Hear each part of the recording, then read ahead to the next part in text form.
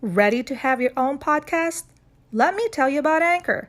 If you haven't heard, it's the easiest way to make a podcast. All the tools for a professional podcast is there. You can record and edit right from your own phone or computer. Want distribution? Anchor will distribute your podcast for you. Your podcast will be available on Spotify, Apple Podcasts, and many more. Did I tell you you can make money from your podcast through Anchor with a minimum listenership? Yes, you can. Anchor is everything you need to make a podcast in one place. Download the free Anchor app or go to anchor.fm to get started. Hello and half a day from Guam. My name is Jennifer Senne. You are listening to Empowering Stories with Jenn, where we share stories that adds value, inspire, and empower others. Today I am joined by my friend and my fellow John Maxwell team member, Jason Ewart. Jason is an iconoclast from Sydney, Australia, a husband, a father, mentor, and an author. Jason, did I pronounce your last name correctly? You did. You nailed it, just like an Aussie. Wonderful. Jason, I know there's more to my introduction about you, so why don't you share a bit more about yourself and what you do? Oh, thank you, Jen. Yeah, thanks for having me on your podcast. It's such an honor to be here today. And thanks to your listeners for tuning in. I trust that what we share will add value to you. Yeah, as well as that list of things that make up part of who I am. I guess one of my biggest thrills is that I get to be a dad. So for me, the highlight of my calendar is what we call dad-daughter dates. So when I'm spending time with my daughters, taking them out, that's one of the biggest thrills that I have that opportunity, that position to be a father, and I have a loving wife as well that supports that. So she really behind me investing into the girls. So that's what I would add to that. Thank you. Being a parent is an absolute blessing. I'm sure being a family man has kept you busy. Why don't you share with us what led you to leadership and personal growth? Yes. I guess would you like to know how I really got started in that pursuit? Yes, if you don't mind, please share what led you to pursue personal growth and leadership. Great, thank you. It was. So we'll go back to the '90s where I was in positional leadership. So I was leading teams in the telco and banking industries. This wasn't the only thing that caused me to pursue leadership growth, but it was really an influential moment back there. Because as I say, I was in positional leadership, so I was a leader by title. But then, as I was leading those teams, I realised that I could do much better, not only in leading the team that I had that title for, but how I was even leading myself. So that awareness was growing, and I could see that it was much more than a title. And I then discovered that I could lead from any role or any position or any part of a team that I was on, and I didn't need a title to be a leader. And as I say, I was gaining awareness, so I was also gaining awareness of my own, like my self-talk, my self-criticisms, also assumptions, limiting rules that were holding me back. So I started to discover that a changed mind transforms a life. So I've been on a quest ever since to consciously pull down those neural strongholds that have been reinforced over a long time. Yes, self-limiting beliefs can definitely cripple us. I know this from experience. It takes someone strong and it takes strength and persistence to add value to oneself and get rid of those self-limiting beliefs. I know that for many people it is quite hard to start in the path of personal growth. In your case, Jason, were there anyone influential in your decision to add value to yourself? Yeah, so there's many people that have cheered me on over those years and contributed words of wisdom, but I'd say hands down, it would be John Maxwell. I was reading one of his books that I'm sure you're familiar with, Jen. It's the 21 Irrefutable Laws of Leadership.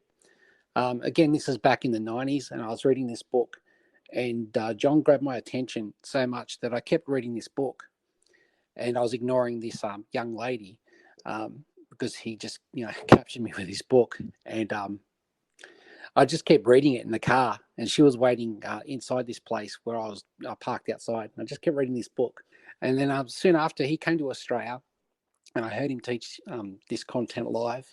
And he gave a call to action in this place for all the attendees to rise to the challenge to develop their leadership.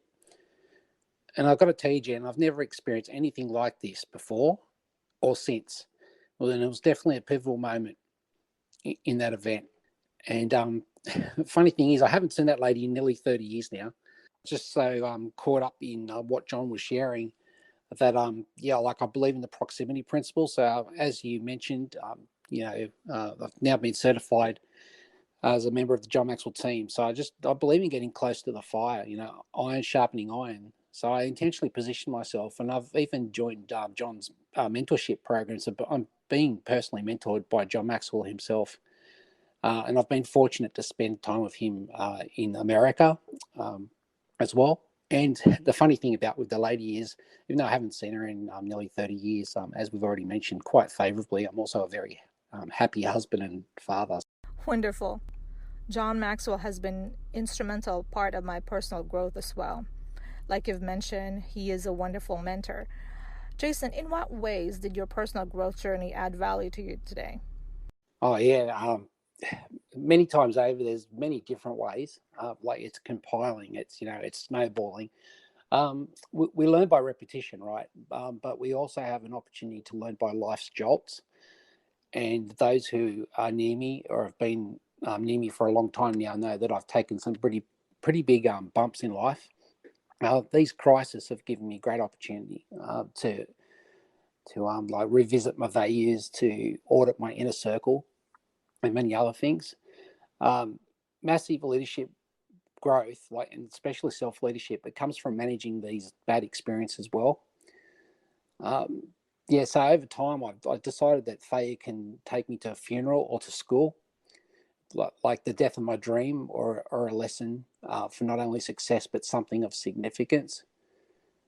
And my self-leadership, as a driven default, is always on, type of guy that I am. My self-leadership growth has gifted me what I call a potent pause, like stepping out of the traffic. So as I develop consistency with this my own walk, I've got a nudge that this may be the greatest self-leadership treasure for the second half of my life.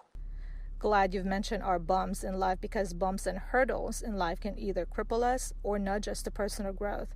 You've mentioned funeral or school. I believe I've read that somewhere. I know that was from one of your books. Am I correct? Yes, gotcha. So what I've just referred to is actually my previous book and my next book. The idea of failure taking us to a funeral or school was in my previous book called You Are Worth It, which would be the one that you've read. And the potent pause is something that I've been working on for some time, and looking to release that this year. You and I belong to an awesome team of leaders and coaches, the John Maxwell team. We do our best to add value to others. As a coach for kids' sports, Jason, I'm sure you've added value to them. However, were there any particular time when you knew exactly that you've made a difference in someone's life, or perhaps added value to someone in your community? Oh, great question. Jen, every time I've reflected on anything that I've done that's of incredible value, I always see a team of faces. It's like John Maxwell says, one is too small a number to achieve greatness. How about this one? I had an idea to host a concert, and you'd know this, that ideas aren't worth much if they just stay between the dreamer's ears, right? It takes a lot of courage, and it takes team. And in this story, it wasn't even a concert. It was actually 5 concerts that I dreamt up. It's in a place called Elderslie, which is in the southwest of Sydney in Australia. And I had this idea, as crazy as it seems and as big as it seems, to have 5 concerts, 5 nights in a row, 3 bands a night, so 15 unique artists, and all from an empty canvas. Wow. And that's easy. That's easy. like as an idea, as a dream, that's easy. Anyone could dream that up. That's nothing. But anybody that's been involved in a live gig, even attending a live gig, knows that I didn't execute that idea alone, right? Mm-hmm. Like I led an amazing team in the lead up to that week, in the preparations, but also during that week.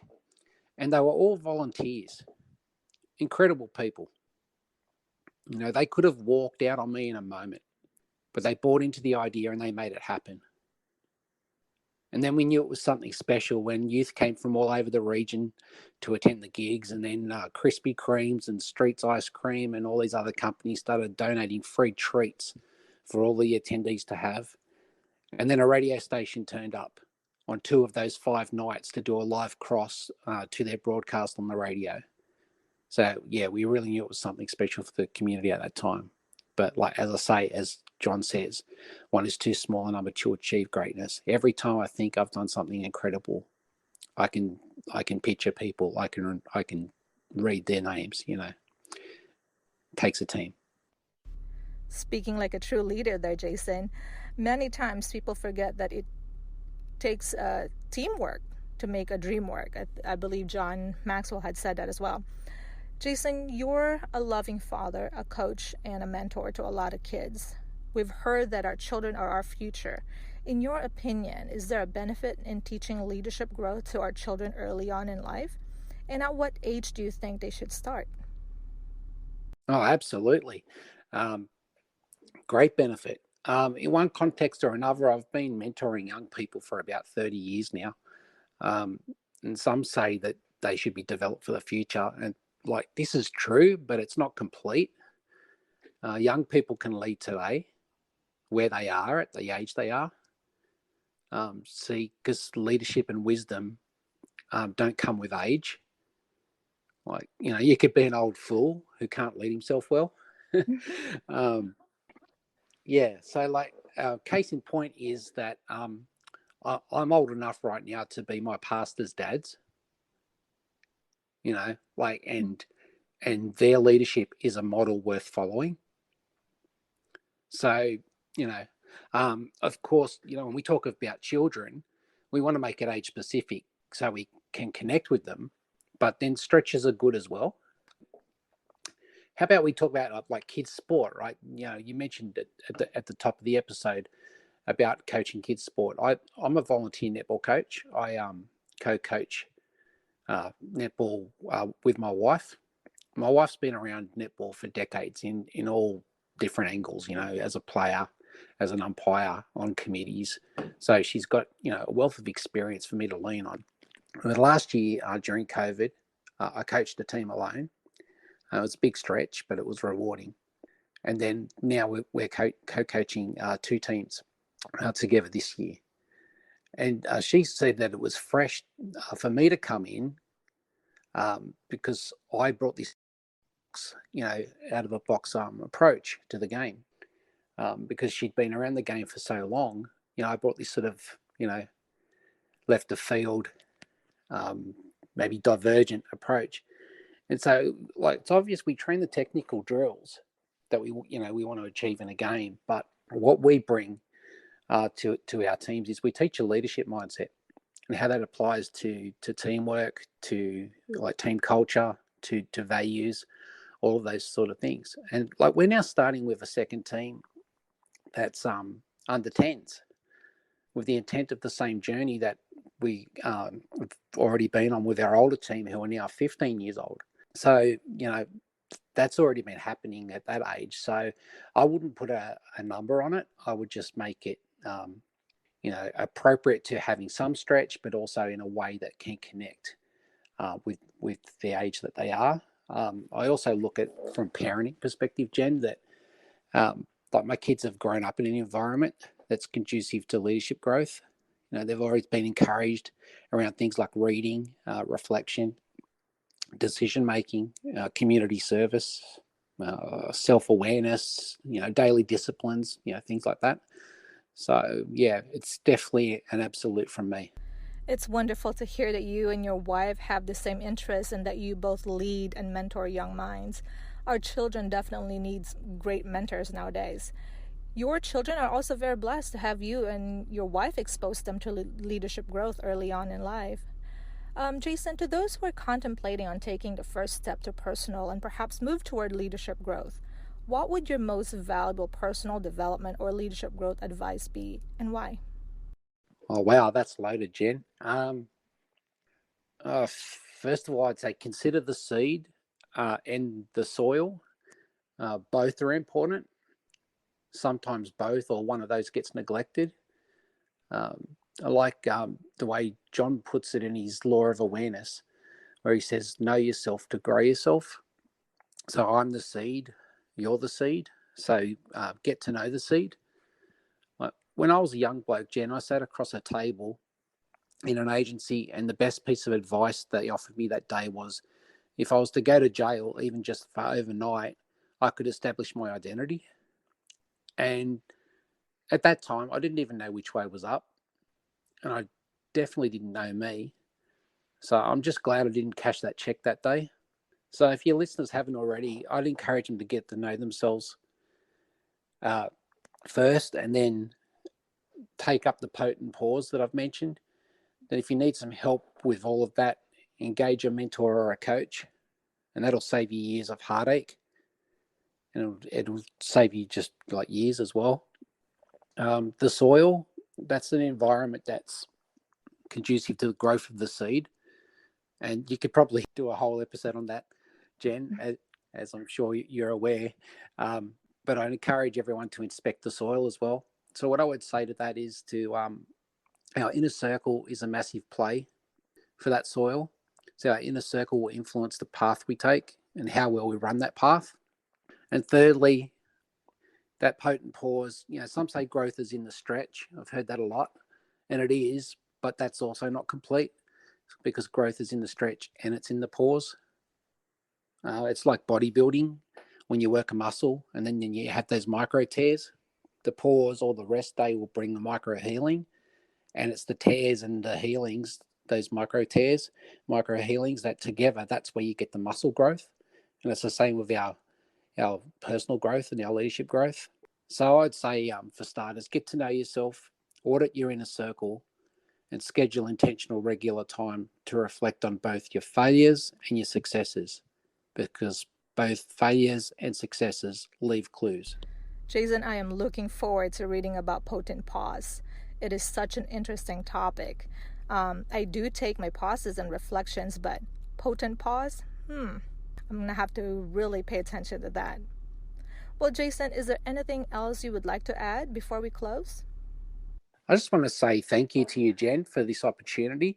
It's wonderful connecting with you every time we do connect, but thank you for allowing me to get on the airwaves in Guam. It's definitely a first for me.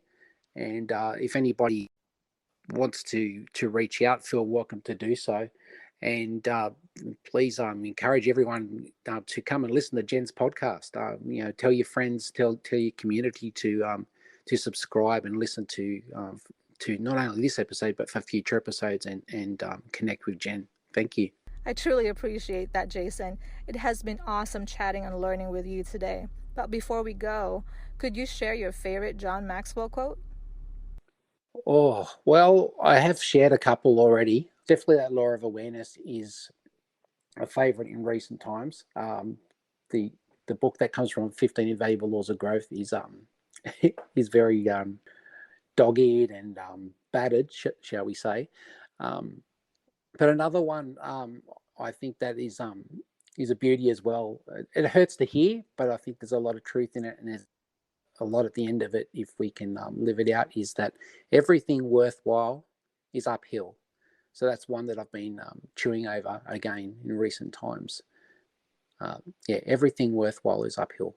But I would say over the last few years, the ultimate favorite is the one I shared earlier, the law of awareness. Know yourself to grow yourself. Know yourself to grow yourself. There's an absolute truth to that.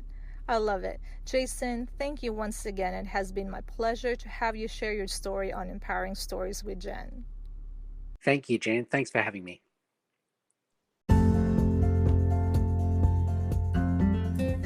Thank you so much for listening to another episode of Empowering Stories with Jenn. I hope it has added value to you today. Please don't forget to subscribe, spread the love, and share this podcast. Till next time, connect with someone, share your stories, and empower others. Have a blessed day.